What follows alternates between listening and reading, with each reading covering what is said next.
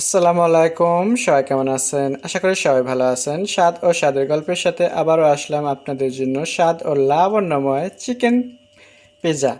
Chicken pizza দেখার জন্য সবাই আমার সাথে থাকুন আর ফেসবুক পেজে লাইক করুন। এখন দেখাবো আপনাদেরকে পিৎজা খামির করে আমি একটা বাটির মধ্যে স্প্রাউটটা নিয়ে নিছি অলরেডি। আর এখানে আমি একটু গরম দুধ দিয়ে দিচ্ছি।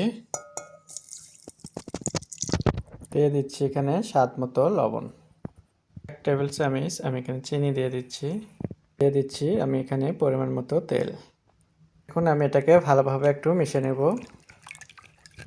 ভালোভাবে আমি এটাকে মিশিয়ে নিলাম। আর এটার জন্য আমি নিয়ে নিচ্ছি ডিম। আমি এখানে 2টা ডিম নিচ্ছি। 2টা ডিমের কুসুম ছাড়া বাকি অংশটা আমি অ্যাড করে দেবো এখন। কুসুম ছাড়া ডিমের বাকি অংশটা আমি এখানে দিয়ে দিলাম। দিয়ে আমি এখন ভালোভাবে আবারও ফেটে নেব এটাকে। খুব ভালোভাবে আমি এটাকে ফেটে নিলাম। দেখতেই পাচ্ছেন একদম ঘন হয়ে গেছে। তার মানে এটা অ্যাকশন কাজ শুরু হয়ে গেছে। ময়দা দেওয়ার পর দেখবেন যে খুবই তাড়াতাড়ি এটাকে ফুলে নেবে ময়দাটাকে। তো এখন আমি ময়দা অ্যাড করবো এখানে। আমি এখানে পরিমাণ মতো ময়দা দিয়ে দিচ্ছি। আমি তো এখানে একটা পিৎজা বানাবো না, আমি এখানে 2-3টা পিৎজা বানাবো, সেই জন্য করে খামিরটাই আমি একটু বেশি করে বানাচ্ছি। এখন আমি ময়দাটাকে ভালোভাবে মিশিয়ে নেব এভাবে। ডোটা কিন্তু আমার আর অল্প কিছুক্ষণের মধ্যে হয়ে যাবে। আমি সুন্দরভাবে অল্প অল্প করে ময়দা দিচ্ছি আর মাখা নিচ্ছিলাম।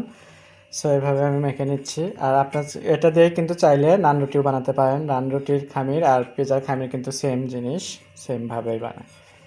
খামিরটা আমার তৈরি হয়ে গেল। দেখবেন যে কিছুক্ষণের মধ্যে এটা ফুলে একদম ডাবল হয়ে যাবে বাটি ভরে। সো এখন আমি এটাকে ঢাকনা দিয়ে গরম জায়গায় একটু রেখে দেবো। পিৎজার রুটিটা দেখতেই পাচ্ছেন ফুলে একদম ডাবল হয়ে গেছিলো, তার জন্য করে আমি একটু বলটাকে চেঞ্জ করছি। আগে ছিল কাঁচের বল, তারপরে আমি স্টিলের বলে নিছি এটা। এখন আমি এটাকে আবারও করে রুটি বলে নেব। এখন 4টে পিৎজা বানাবো আজকে আমি। তো আমি এখানে করে থেকে নিলাম 4টে পিৎজার জন্য। তো এটা আমি রেখে দিচ্ছি বাকিটা। আমি এটা কালকে কিংবা অন্যদিন কিন্তু করতে পারবো, ফ্রিজে রেখে দেবো।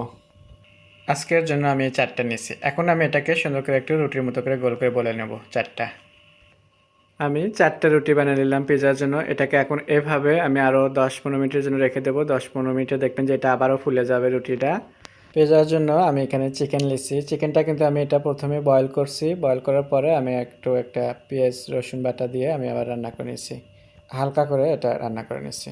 এখানে আমি পেঁয়াজ নিচ্ছি, ক্যাপসিকাম নিচ্ছি, একটা টমেটো নিচ্ছি কুচি করে কেটে, আর হলো অলিভ। সো এগুলো দিয়ে আজকে আপনাদেরকে পিৎজা বানিয়ে দেখাবো। খামির করার সময় আমি ডিম দিছিলাম আর ডিমের কুসুমটা রেখে দিছিলাম। এখন আমি এই কুসুমটাকে কাজে লাগাবো। এর সাথে আমি নিয়ে নিচ্ছি টমেটো সস।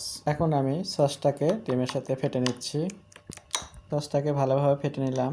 আর যে রুটিগুলো এখন আমি কাঁটা চামচ দিয়ে একটু এভাবে ফুটো করে দেবো সবগুলোই। সবগুলো রুটিকে আমি এভাবে সুন্দর করে ফুটো করে নিলাম কাঁটা চামচ দিয়ে। এখন আমি এখানে দিয়ে দিচ্ছি টমেটো সস, সবগুলোতে দিয়ে দেবো। সস দিয়ে ভালোভাবে আমি রুটিগুলোকে সুন্দর করে এখন নিলাম, দেখতে পাচ্ছেন। আর এখন উপর দিয়ে দিচ্ছি আমি একটু চিজ, গুঁড়ো চিজগুলো।